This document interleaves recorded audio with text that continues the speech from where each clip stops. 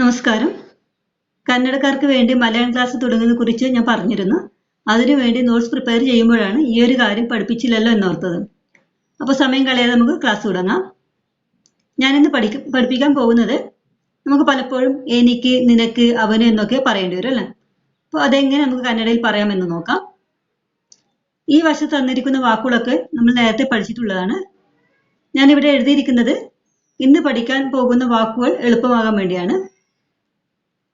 ನಾನು, ഞാൻ, ನನಗೆ, എനിക്ക്. അപ്പോൾ നാനു പ്ലസ് ഗേ ആണ് ನನಗೆ എന്നായി മാറുന്നത്. അപ്പോൾ ನನಗೆ മീൻസ് എനിക്ക്.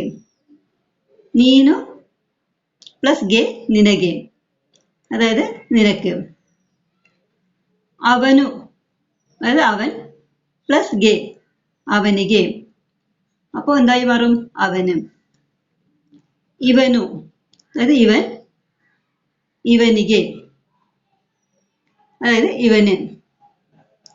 അവളു അവൾ, അവളിಗೆ, അവൾക്ക്. ഇവളു കൂടെ ഗേ ചേർത്താൽ ഇവളിಗೆ എന്നായി മാറും, അതായത് ഇവൾക്ക്. ನಾವು നമ്മൾ, നಮಗೆ അതായത് നമുക്ക്. ನೀವು നിങ്ങൾ, ನಿಮಗೆ നിങ്ങൾക്ക്. ಅವರು അവർ, ಅವರಿಗೆ അവർക്ക്. ಇವರು ഇവർ, ಇವರಿಗೆ ಇವർക്ക്.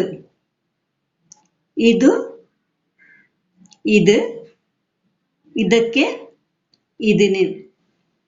ಅದು അത്, ಅದಕ್ಕೆ അതിന്.